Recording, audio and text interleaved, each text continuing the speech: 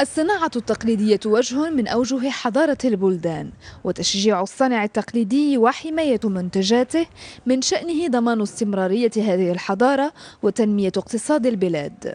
في المدينة القديمة للرباط كانت لنا جولة في شارع القناصلة لتفقد أحوال تجار المنتوجات التقليدية والتعرف على الرواج التجاري لهذه الصناعة، خاصة في ظرفية ما زالت تخيم عليها آثار الأزمة الاقتصادية. بالنسبه لهذا القطاع ديال الصناعه التقليديه واللي حنا كنمارسوا فيه كمجموعه الصناع او تجار في هذه السنوات الاخيره تاثر واحد التاثير كبير من حيث الحركه التجاريه والتصدير والترويج والتسويق، ووقع واحد الركود كبير في هذا القطاع هذا. بالنسبه للحركه شنقول لك على حسب لا بيريود، كيكون عندنا راس العام وتيكون عندنا بحال دابا الربيع والصيف كتكون فيها الحركه بالنسبه للزيترونجي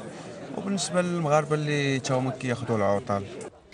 رغم التحديات التي تواجهها الصناعة التقليدية المغربية فإنها تساهم ب15% من الناتج الداخلي الخام، وفي الرباط فقط عرف القطاع انتعاشا ب2% من مداخيله لسنة 2012 مقارنة مع سنة 2011.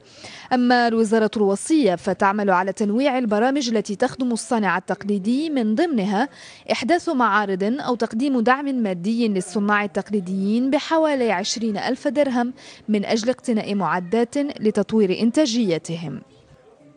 هناك عدة برامج لدعم الصناع وخاصة الفئة ديال الصناع الصغار من خلال عدة معارض اللي تنقوم بها سنويا وعلى تقريبا على طول السنة، سواء على مستوى المديرية الجهوية أو مع الغرفة ديال الصناعة التقليدية ديال الرباط والغرف ديال السلا وديال الخميسات.